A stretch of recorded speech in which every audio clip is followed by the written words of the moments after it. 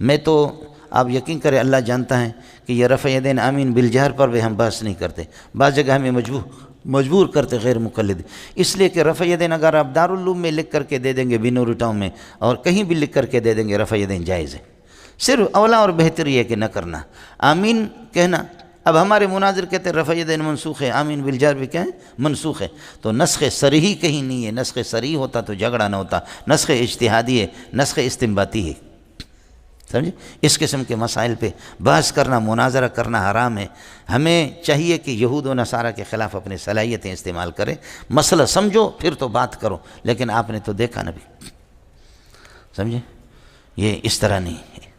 ان مسائل میں آپ یہ ہے کہ بس اتنی اس حد تک جو میں نے آپ سے عرض کر دی ہیں بنیادی چیزیں، اس سے زیادہ نہیں مولانا۔ حیات انبیاء پر جو میں نے لکھا ہے عربی میں ہے، سمجھے؟ اگر ہماری کمیٹی مدرسے والے اجازت دے دیں گے تو ہم اس کو چھاپیں گے، لیکن وہ اصل میں حق ہے حضرت کا۔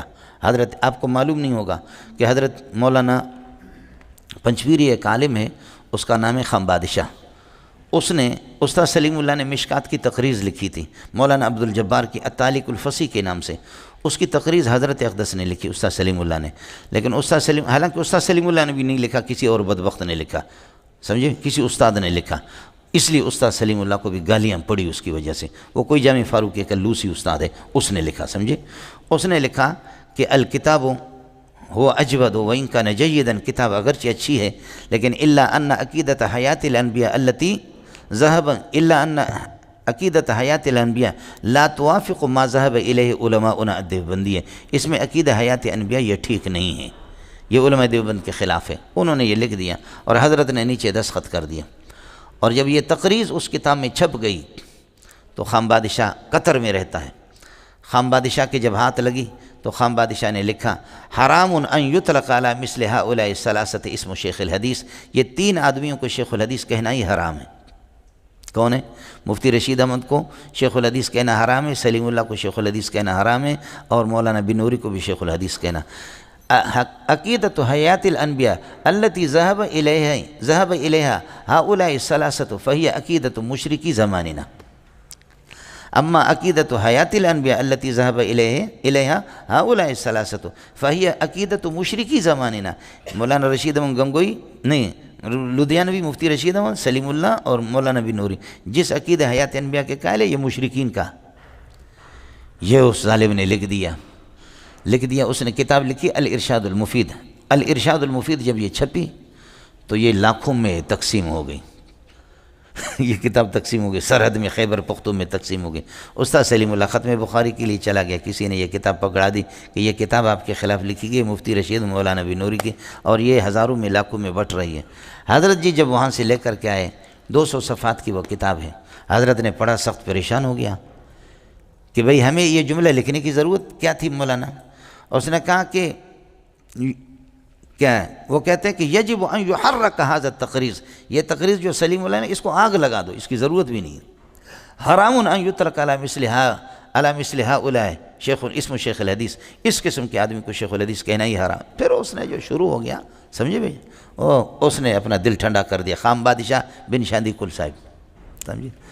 تو حضرت بھی بڑا پریشان ہو گیا، لاکھوں میں یہ کتاب تقسیم ہو گئی۔ حضرت نے جب یہ کتاب لایا جامع فاروقی میں تو مجھے بلایا، فرمایا کہ بیٹا اس کو پڑھو اور مجھے 4-5 مہینے تک اس کا جواب چاہیے، اس کو پڑھو، خوب پڑھو، بار بار پڑھو، خوب پڑھو، اور 4-5 مہینے تک اس کا جواب مجھے لکھ کر کے دے دو۔ میں ابھی اس کو 9 بجے لے گیا، عصر تک میں نے وہ پورا پڑھا، عصر تک میں نے سبق بھی پڑھایا اور عصر تک وہ پورا کا پورا میں نے پڑھا۔ پڑھنے کے بعد مغرب کے بعد میں نے اس کا جواب لکھنا شروع کیا۔ مولانا عادل صاحب کے سالی کا بیٹا ہے مفتی اشفاق عمران اشفاق، وہ بڑا قابل تھا، وفاق میں بھی اول آتا تھا ہمیشہ، بڑا قابل آدمی تھا عربی میں۔ اس کو میں نے کہا یار آپ کا خط صحیح ہے، میرا خط تو بلوچوں والا خط ہے، تو میں جلدی میں عربی لکھتا تھا، وہ صاف کرتا تھا۔ مغرب سے لے کر کے فجر کی اذان تک، فجر کی اذان درمیان میں ہم نے نمازیں پڑھی، فجر کی اذان جب ہو گئی تو میں رات کو سویا نہیں، جا کر کے فجر کی نماز پڑھائی، پھر آ کر کے صبح کو میں نے اسباق پڑھایا، اور کتاب میں نے دفتر والے کو دے دیا، میں نے کہا حضرت کو دے دینا، کتاب میں نے حضرت کو دے دی، وہ 100 صفحات سے بھی زیادہ تھا، آج بھی جامع فاروق کی گواہ ہے۔ حضرت کے ڈیسک پہ رکھا، حضرت 9 بجے 10 بجے جیسے آگے وہ کتاب حضرت نے اٹھایا، یہ کیا ہے؟ تو بھائی محبوب ابھی تک دفتر میں، بھائی محبوب نے کہا وہ جو کتاب آپ نے دی تھی مولوی منظور کو جواب لکھنے کے لیے، وہ جواب لکھ کر کے حضرت نے فرمایا کیسے پاگل ہے، کیسے پاگل ہے، ایسی جلدی جواب لکھا؟ تو حضرت لے گئے اس کو، 1 ہفتے تک پڑھا اور پڑھا، خوب پڑھا، خوب پڑھا، خوب پڑھا، سمجھے؟ پڑھنے کے بعد حضرت آئے، فرمایا کہ اللہ کی قسم یہ کام میں مہینوں میں نہیں کر سکتا، ظالم کا بچہ 1 رات میں آپ نے کیسے کیا؟ سمجھے؟ مجھے یہ بتا دیں کہ انعام آپ کو کیا دے دوں؟ میرا دل خوش ہو گیا ہے، انعام آپ کو کیا دے دوں؟ میں نے کہا کہ انعام آپ دیں گے یا میں مطالبہ کروں؟ سمجھے؟ فرمایا کہ تو بتا دے۔ میں نے کہا حضرت انعام دے دو۔ اب ہماری تنخواہ اس وقت تھوڑی ہوتی تھی، سمجھے، 8-10 ہزار، بعد میں 20 ہزار تک میری تنخواہ پہنچ گئی۔ تو میں نے کہا کہ حضرت انعام آپ دے دے، ایک یہ کہ میری شان کے مطابق، دوسرا اپنی شان کے مطابق۔ تو میں چاہ رہا ہوں آپ کی شان کے مطابق۔ فرمایا تو بکواس چھوڑ، بات بول، کتنے؟ سمجھے، یہ چھوڑ کے انعام کیا لیں گے؟ میں نے کہا انعام یہ ہے حضرت، ایک ایرانی طالب علم کے 10,000 روپے مجھ پر قرض ہے، وہ دے دو۔ فرمایا یہ ہو گیا، یہ تو کوئی مسئلہ نہیں، اور بول۔ میں نے کہا بس یہی چاہیے مجھے، سمجھے بھائی؟ یہ الحمدللہ اللہ پاک اس طرح پنجپیری غیر پنجپیریوں کو لڑائے، ہمیں 1 رات کے 10-10 ہزار تو ملیں گے نا۔ بولو، اس طرح جب یہ لڑیں گے تو پھر کیا ہوگا؟ سمجھے، 10-10 ہزار روپے میں۔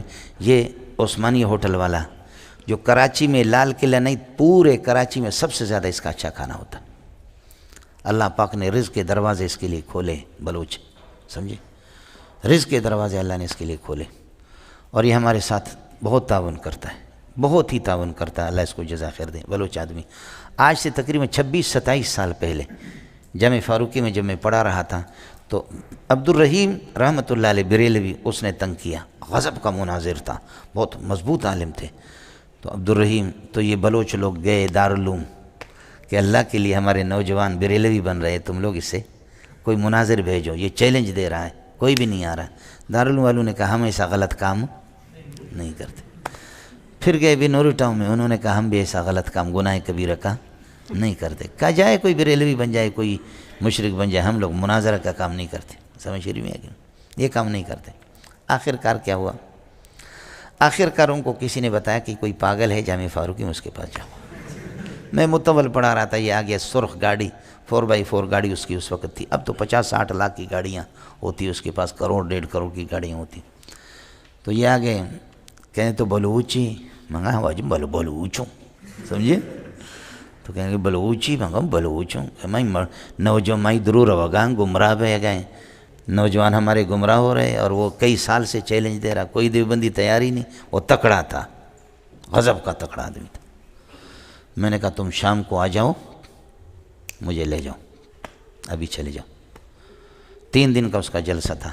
میں نے کوہستانی مولوی عبدالرحمن کو اٹھایا، کچھ اور، میں نے کہا لڑائی ہوگی، دیکھیں گے، میں مناظرہ کروں گا اس سے، دیکھوں گا کہ اگر میں غالب ہوں اور وہ مغلوب ہے تو مجھے ماں کی گالی دے گا، تم لوگ کچھ بھی نہیں کر رہے، پھر مناظرہ کریں گے۔ اور اگر میں نے دیکھا کہ اس مضبوط عالم ہے، مجھے پھنسا رہا ہے، تو میں ماں کی گالی دے دوں گا، پھر لڑیں گے۔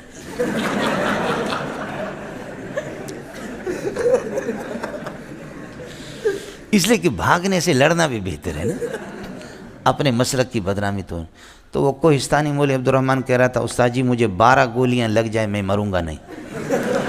اور واقعتاً یہاں جامعۃ الرشید کے جب گاڑی پہ بم سے اڑایا گیا تو 1-2 بندے مرے، باقی زخمی بے ہوش ہو گئے، اور وہ خون میں لت پت ہو گیا، لیکن وہ مرا نہیں، اس کو وہ دوسروں کو اٹھا رہا تھا۔ بعد میں لوگوں نے کہا کہ تمہارے اپنے سر سے پورے بدن سے یہ کہ خون ہی خون ہے۔ اچھا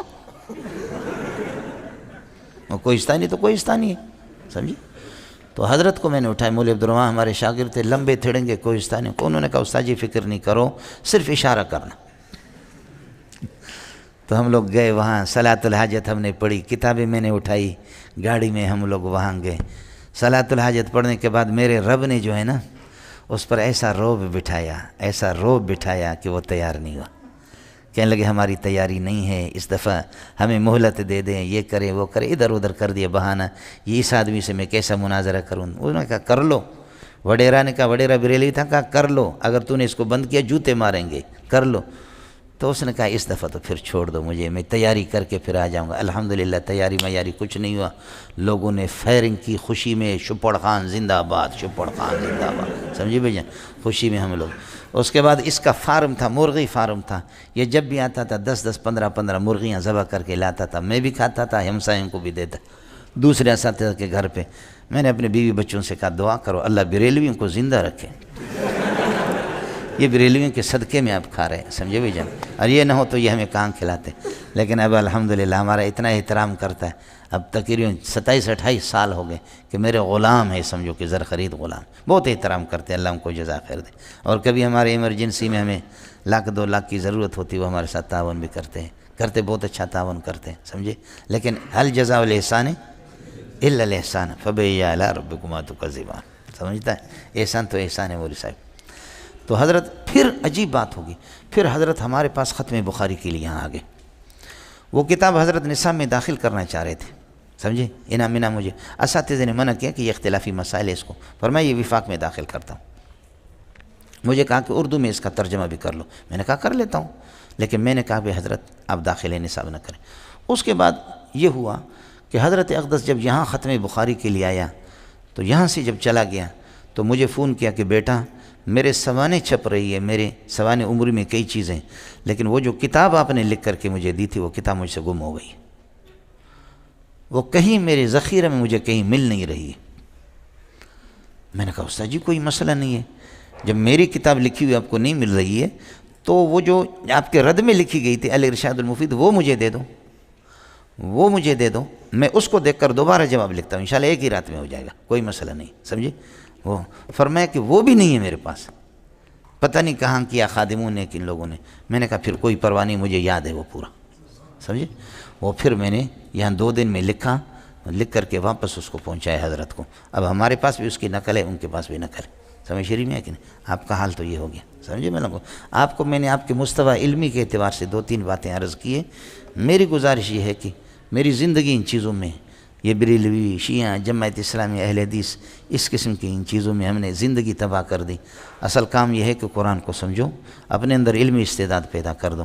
یہ چند مسائل یہ لفنگے لوگوں کا کام ہے، امت کو پریشان نہ کر دو۔ افسوس ہے تبلیغ پر، افسوس ہے تبلیغی جماعت پہ کہ اب راونڈ میں بھی یہ مسائل بیان ہو رہے ہیں۔ خدا کی قسم تبلیغ والوں کو تو اس کا پتہ ہی نہیں ہے کہ کیا ہے۔